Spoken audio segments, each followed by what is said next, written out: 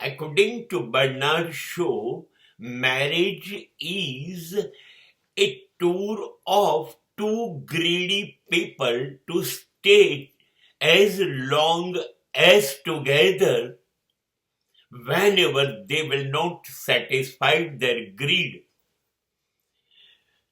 બહુ મોટું નામ છે. બર્નાર્ડ શોએ કહ્યું કે લગ્ન એ બે લાલચુ માણસો જોડે નીકળ્યા છે.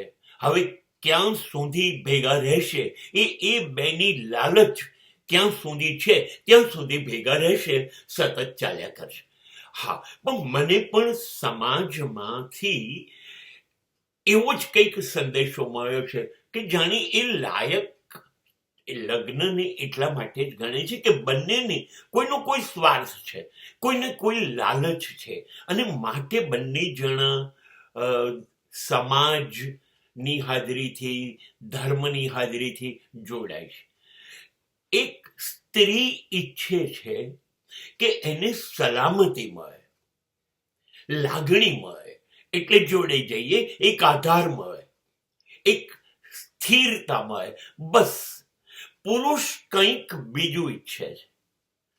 પુરુષની લાલચ કંઈક બીજી છે.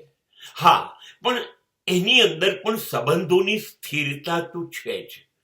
એ પણ એવું ઈચ્છે છે કે સંબંધોની સ્થિરતા રહે અને અમારા બે વચ્ચેનું જે સમજણનું પરિબળ છે એ બને એટલું વધે અને અમે વર્ષો સુધી સમજણપૂર્વક જીવ્યા કરે. આવું ખરેખર બનતું નથી. નથી સ્થિરતા જળવાતી કે નથી સલામતી જળવાતી. બંને વચ્ચે કોઈ સમજણ રહેતી નથી.